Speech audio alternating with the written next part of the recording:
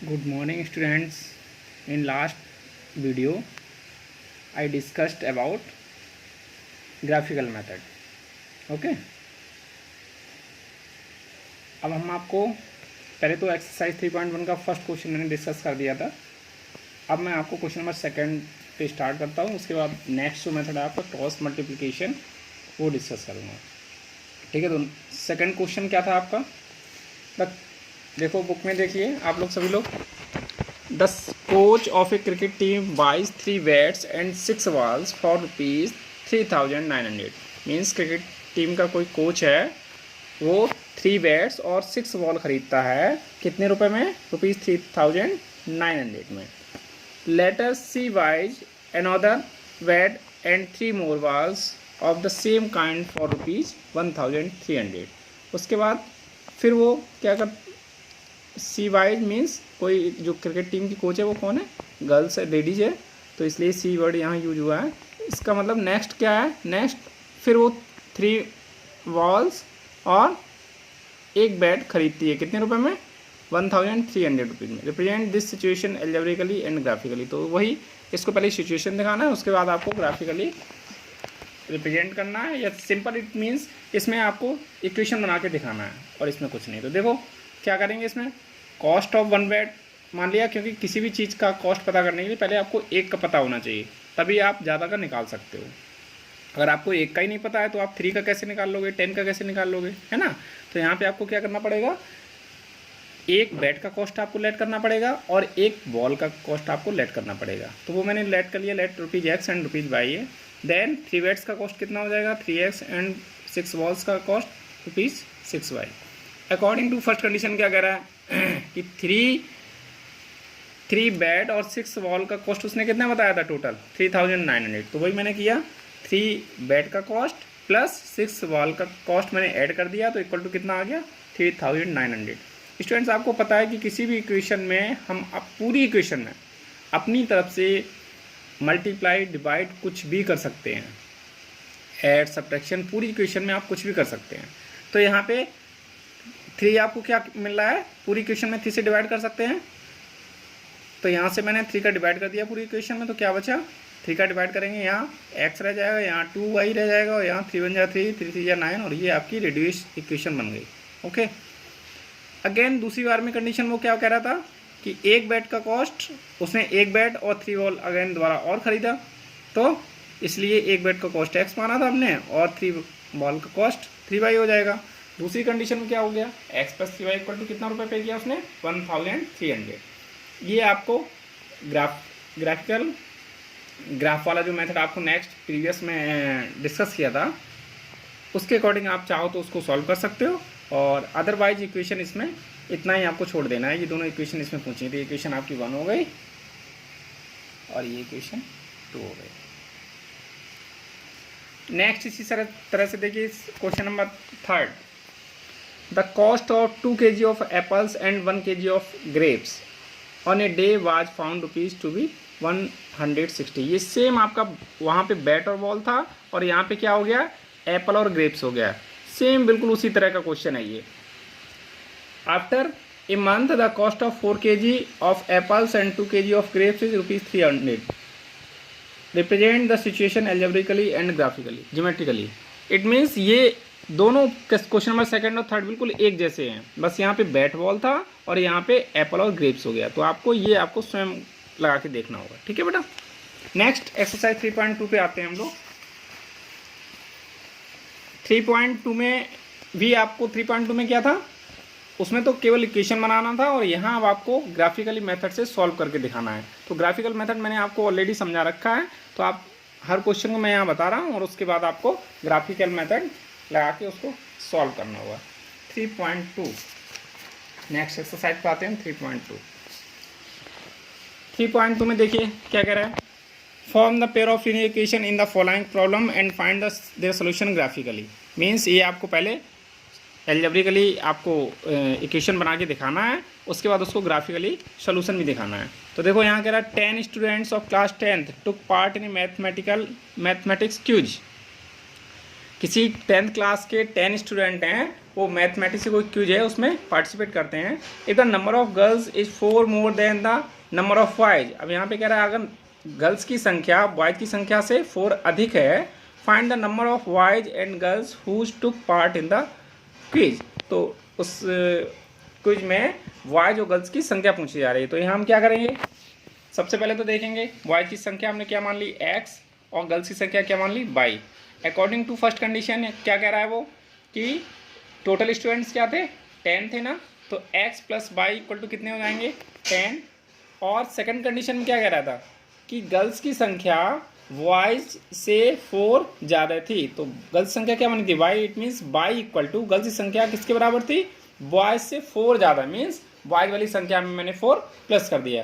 तो ये आपकी दूसरी इक्वेशन बन गई। ठीक है, अब आपकी ये दोनों इक्वेशन आपके पास हैं, इन दोनों इक्वेशन से आपको ग्राफिकल मेथड से सोल्यूशन निकाल लेना है। सेकंड पार्ट क्या करना है आपको, देखो सेकंड पार्ट कह रहा है 5 pencil and 7 pens together cost ₹50। वे 5 पेंसिल और 7 पेन का दोनों का कॉस्ट कितना है ₹50 है। वेर है 7 pencils and 5 pens together cost ₹46, जबकि 7 पेंसिल और 5 पेन्स का दोनों का कॉस्ट कितना बताया 46 बताया। Find the cost of 1 pencil and that of 1 pen. ये आपको प्रीवियस अभी मैंने 3.1 एक्सरसाइज में इस टाइप का क्वेश्चन बताया था, एप्पल ग्रेप्स वाला और बैट बॉल वाला, उसी तरह का यहाँ पे है पेंसिल और पेन वाला। फिर भी एक बार मैं यहाँ से आपको दिखा देता हूँ। 1 पेंसिल का कॉस्ट x है, 1 पेन का कॉस्ट y है, और देन आपकी दो इक्वेशन बन जाएंगी। सबसे पहले उसने 5 पेंसिल और 7 पेन खरीदे थे, तो 5x plus 7y equal to कितना पे किया था ₹50 पे किया है, ₹50 पे किया है यहाँ पे। नेक्स्ट उसने 7 पेंसिल और 5 पेन खरीदे हैं और दोनों के रुपए कितना पे किया है ₹46। ओके, तो ये आपके पास दोनों इक्वेशन बन गई हैं और यहाँ से इनको सॉल्व करके ग्राफिकल मेथड से सॉल्व करके दिखा देना है। ठीक है, next on comparing the ratio A1/A2 B1/B2 and C1/C2 find out whether the lines representing the following pairs of linear equations intersect at a point are parallel और coincident. ये भी मैंने आपको बताया था कि किस तरह से हम A1 A2 B1 B2 C1 C2 की वैल्यू को किसी भी गिवन इक्वेशन से कंपेयर करके वैल्यू को निकालते हैं। और उसके बाद कंडीशन भी मैंने डिस्कस कर दी थी, तो उसी कंडीशन बेस्ड ये क्वेश्चन है। सबसे पहले मैंने क्या किया, ये दो इक्वेशन आपको गिवन है और यहाँ से मैंने क्या निकाला A1 B1 C1 और सेकंड इक्वेशन से A2 B2 C2 की वैल्यू निकाल ली। ठीक है, क्या बताया था मैंने, जो वेरिएबल यहाँ पे क्या नज़र आ रहे हैं एक्स वाई, तो एक्स वाई को थोड़ा सा बंद करके और देखते हैं उनके साथ क्या कांस्टेंट है, वो किसकी वैल्यू होती है A1 B1। एक्स के साथ में जो कोफिशिएंट होता है वो A1 की वैल्यू होती है, बाई के साथ में जो कोफिशिएंट होता है वो B1 की वैल्यू होती है।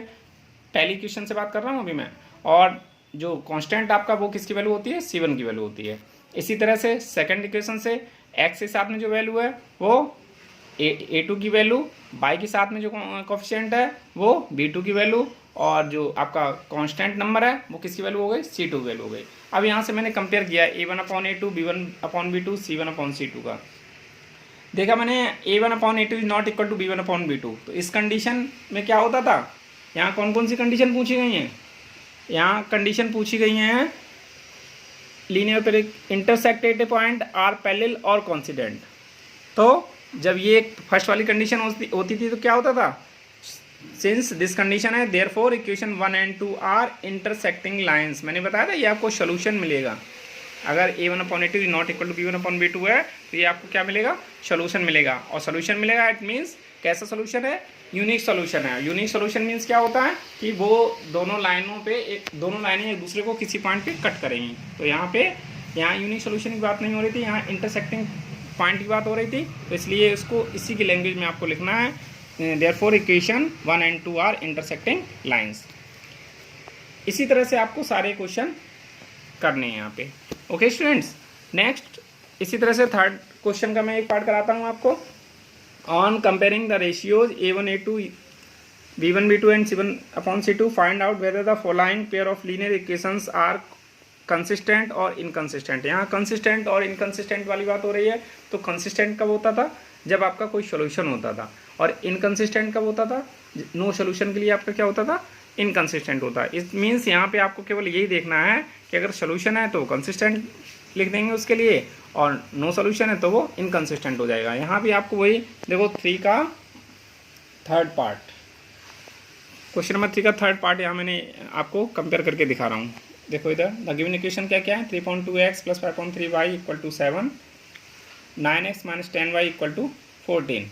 यहाँ पे a1/a2 = वैल्यू क्या हो जाएगी, a1 की वैल्यू मैंने बताया था x के साथ जो भी कोफिशिएंट होता है वही तो a1 की वैल्यू होती है। तो a1 की वैल्यू हो गई 3/2, और उसके बाद अपॉन b1 की वैल्यू क्या होती है, y के साथ जो कोफिशिएंट होता है। तो y के साथ जो कोफिशिएंट क्या है, यहाँ पे a1/a2 निकालना है ना अभी। तो a2 हम कहाँ से निकालेंगे, इक्वेशन नंबर सेकंड से। ये इक्वेशन नंबर फर्स्ट थी, ये इक्वेशन नंबर सेकंड थी। इक्वेशन फर्स्ट में तो आपको a1 b1 c1 मिलता है, और इक्वेशन 2 से आपको b1 b2 c2 मिलता है। तो a1/a2 कहाँ से मिलेगा, सेकंड इक्वेशन से। x के साथ क्या है आपका 9, तो 3/2/9। तो a1/a2 की वैल्यू कैसे निकालेंगे, 3/2 तो आपका किस में था, फ्रैक्शन में, 9 आपका फ्रैक्शन नहीं है। तो सबसे पहले हम 9 को फ्रैक्शन बना लेंगे। अब क्या होता है, जब फ्रैक्शन के नीचे फ्रैक्शन होता है तो उसको कैसे सॉल्व करते हैं, जो दूसरा फ्रैक्शन होता है उसको हम क्या करते हैं, मल्टीप्लाई का साइन लगा के और उसका रेसिप्रोकल कर देते हैं। ठीक है, तो यहाँ पे जो दूसरा फ्रैक्शन कौन सा था, 9/1। तो यहाँ पे 3/2 के बाद मल्टीप्लाई का साइन लगाया मैंने, और 9/1 का जब रेसिप्रोकल करेंगे तो क्या हो जाएगा, 1/9। इसको सॉल्व कर लिया तो a1/a2 की वैल्यू कितनी आ गई, 1/6। सिमिलरली b1/b2 की इसी तरह से वैल्यू निकालेंगे तो कितना निकल के आ जाएगा, -1/6। यहाँ मैंने कंपेयर किया, a1/a2 is not equal to b1/b2 निकल के आ रहा है। Therefore the pair of equation क्या हो जाएगा, कंसिस्टेंट हो जाएगा। ठीक है, यूनिक सोल्यूशन या मैनी सोल्यूशन के लिए कंडीशन क्या रहती है, कंसिस्टेंट, और नो सोल्यूशन के लिए क्या हो जाता है, इनकंसिस्टेंट। तो इस तरह से आप क्वेश्चन नंबर 3 के बाकी पार्ट सॉल्व करेंगे। आते हैं क्वेश्चन नंबर 4 पे। Which of the following pairs of linear equations are consistent, inconsistent, if consistent obtain the solution graphically. अब ये बात कर रहा है कि पहले तो आपको ये चेक करना है कि ये कंसिस्टेंट है या इनकंसिस्टेंट है। और अगर कंसिस्टेंट है, मैंने बताया था अगर इनकंसिस्टेंट होता है इट मीन्स नो सोल्यूशन होता है, उसका सोल्यूशन निकाल ही नहीं सकते हो। अगर कंसिस्टेंट कोई है तो उसका आपको सोल्यूशन निकाल के दिखाना है, वो भी सोल्यूशन कौन सा है, ग्राफिकल। तो सेम आपका ये क्वेश्चन अभी प्रीवियस जो मैंने किया है सेम उसी तरह से इसको आप खुद करेंगे, इसमें कोई कॉम्प्लिकेशन नहीं है, बिल्कुल सिंपल सी इक्वेशन है। ठीक है, नेक्स्ट क्वेश्चन नंबर 5 पे आते हैं। क्वेश्चन नंबर 5 में देखो क्या है,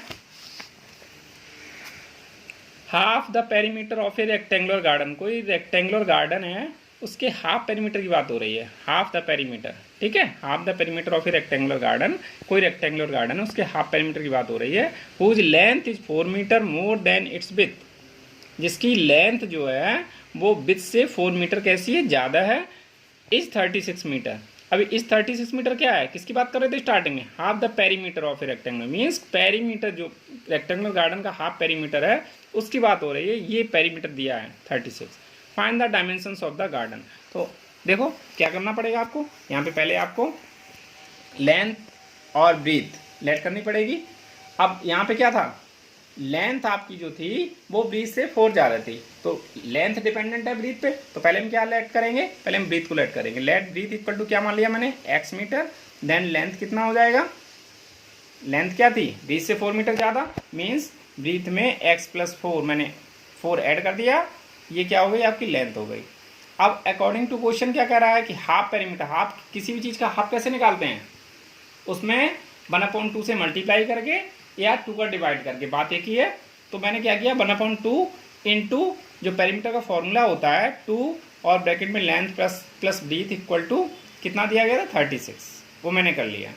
अब 2 से 2 कैंसिल हो जाएगा, तो यहाँ क्या बचा, लेंथ क्या था x + 4, ब्रीथ क्या था x इक्वल टू 36। यहाँ से मैंने आंसर निकाल लिया x। जब आपको x पता चल जाएगा तो आपको लेंथ भी पता चल जाएगी और ब्रीथ भी पता चल जाएगी। तो ये x की वैल्यू, x मैंने ब्रीथ माना था इसलिए ब्रीथ का 16 निकल के आ गया, एंड लेंथ कितना हो जाएगा 16 + 4 इक्वल टू 20 मीटर हो जाएगा। नेक्स्ट क्वेश्चन 6 पे आते हैं हम लोग। नेक्स्ट क्वेश्चन 6 देखो क्या कर रहा है, given the linear equation 2x plus 3y minus 8 equal to 0, write another linear equation in two variables such that the geometrical representation of the pair so formed is intersecting line, parallel line, coincident line. इसमें एक equation आपको given है और दूसरी equation आपको अपनी तरफ से कोई इस तरह से बनानी है जिसमें ये वाली कंडीशन आपकी आनी चाहिए। तो पहली इक्वेशन आपकी जैसे यहाँ पे गिवन है 2x plus 3y minus 8 equal to 0। अब दूसरी इक्वेशन आप कोई भी ऐसी बना सकते हो जिसमें आपको कौन सी कंडीशन मिलनी चाहिए, a1/a2 is not equal to b1/b2। इसमें तो आपकी ये कंडीशन बन जाएगी इंटरसेक्टिंग लाइन की। तो बस वही मैंने कहा, यहाँ पे आप जरूरी नहीं आपको यही आंसर लिखना है, मैं आपको एक एग्जांपल बता रहा हूँ।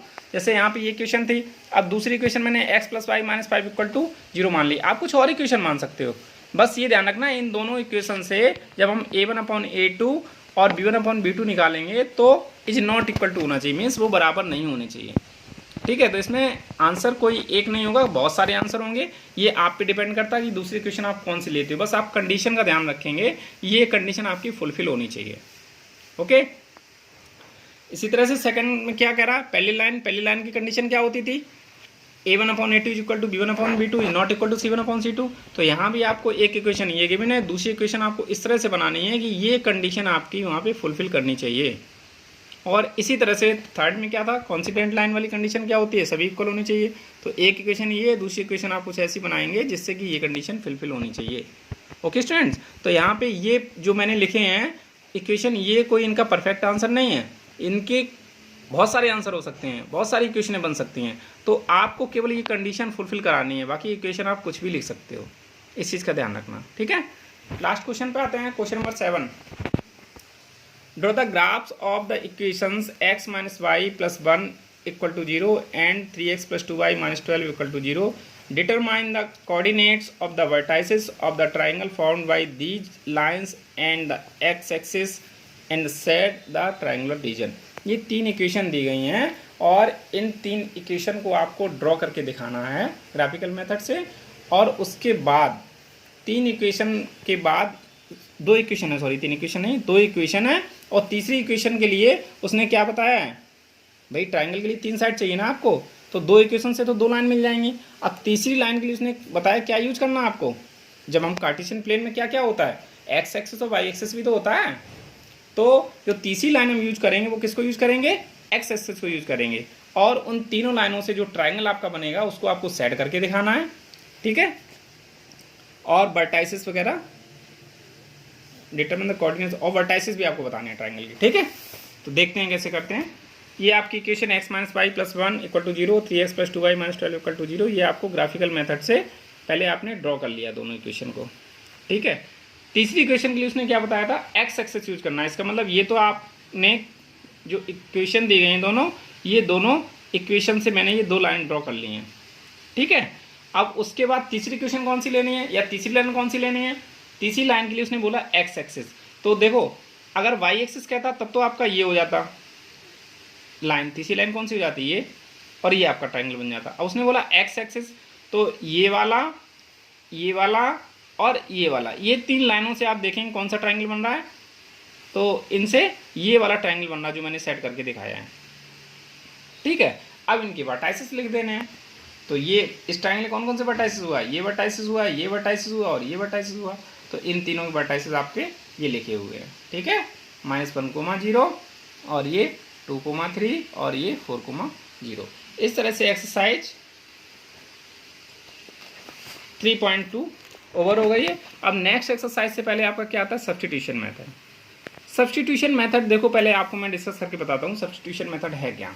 ठीक है, एक क्वेश्चन लेते हैं, वहाँ से आपका सब्स्टिट्यूशन मेथड भी क्लियर हो जाएगा और एक्सरसाइज के क्वेश्चन भी लग जाएंगे। जैसे एक्सरसाइज 3.3 है और इसका एक फर्स्ट का फिफ्थ पार्ट ले लिया मैंने, इसको मैं सब्स्टिट्यूशन मेथड्स करके दिखा रहा हूँ। ठीक है, इसी तरह से आप कर सकते हैं।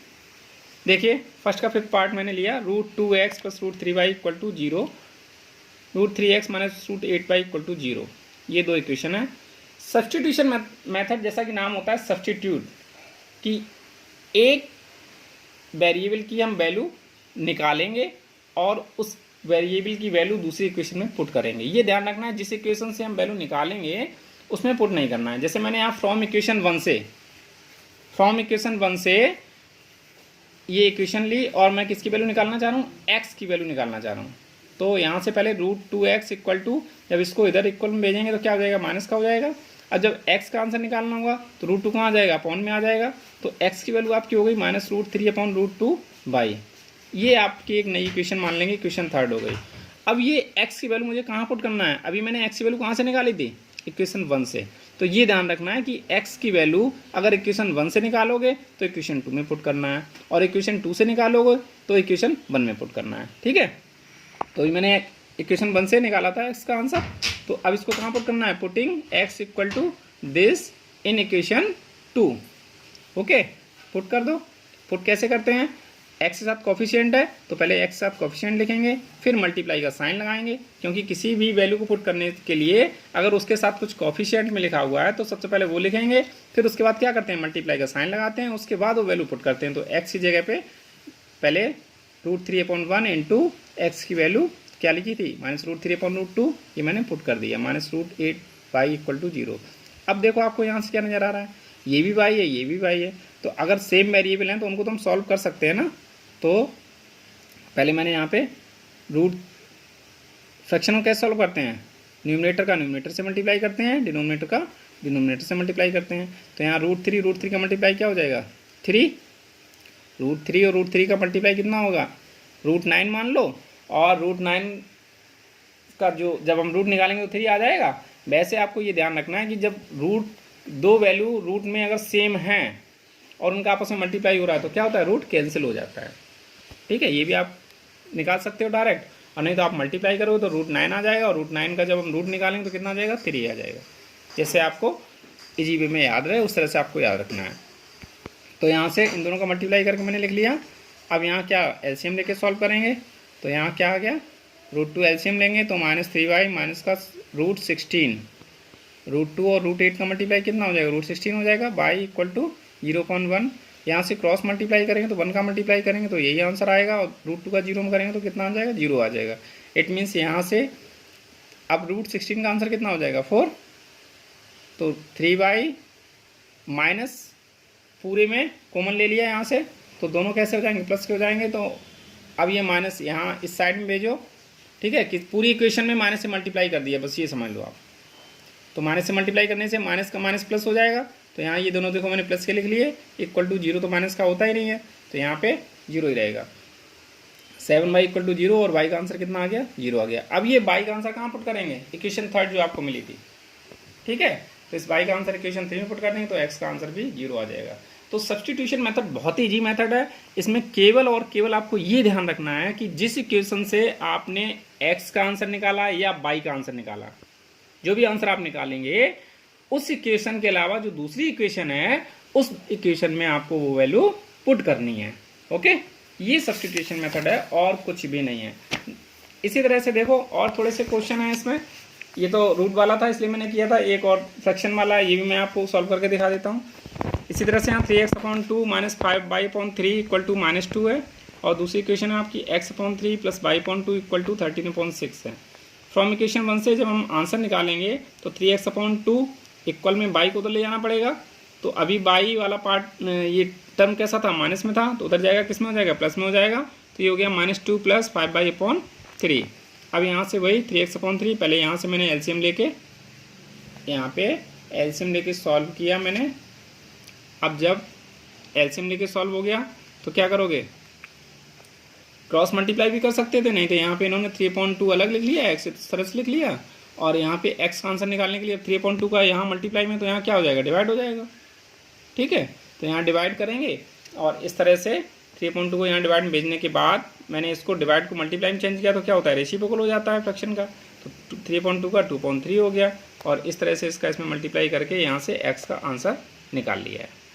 अब यही x का आंसर कहाँ पुट करेंगे, अभी मैंने कहाँ से लिया था, इक्वेशन 1 से लिया था ना, तो कहाँ पुट करेंगे, इक्वेशन 2 में पुट कर दिया मैंने। तो इक्वेशन 2 में देखेंगे क्या लिखा है, x/3, तो x की जगह मैंने ये वैल्यू पुट कर ली, और अपॉन 3 को मैंने क्या कर लिया, फ्रैक्शन बना लिया, क्योंकि x का आंसर फ्रैक्शन में था। और उसके बाद वही इसका रेसिप्रोकल कर देंगे, 3/1 का 1/3 हो जाएगा, मल्टीप्लाई साइन लगाएगा तो 1 का मल्टीप्लाई हुआ यही बचेगा, और 3 कहाँ आ जाएगा, 9 के साथ नहीं है। ऐसे ध्यान रखा करो, जब आपका फ्रैक्शन नीचे फ्रैक्शन होता है तो फर्स्ट का लास्ट में मल्टीप्लाई करते हैं और सेकंड का थर्ड से मल्टीप्लाई करते हैं। ये आपकी प्रोसेस ध्यान रखो आप, जब आपके फ्रैक्शन नीचे फ्रैक्शन हो तो फर्स्ट वाले का मैंने क्या किया, 1 में मल्टीप्लाई किया, यही आंसर आ गया, और इसका इसमें मल्टीप्लाई करके इस तरह से ये फ्रैक्शन को सॉल्व कर लिया। Plus y point two equal to this, again क्या करेंगे, एलसीएम लेके सॉल्व कर दिया तो आपका ये y का आंसर निकल के आ गया y इक्वल टू 3। ये y की वैल्यू मैंने कहाँ पुट कर दी, इक्वेशन नंबर 3 में, तो आपका x का आंसर निकल के आ गया। इस तरह से आपको ये 2 ही क्वेश्चन मैंने इसमें सॉल्व करके दिखा दिए हैं, क्वेश्चन नंबर फर्स्ट के 5th और 6th पार्ट। बाकी आपके इजी है, ये आप खुद सॉल्व करके देख सकते हो।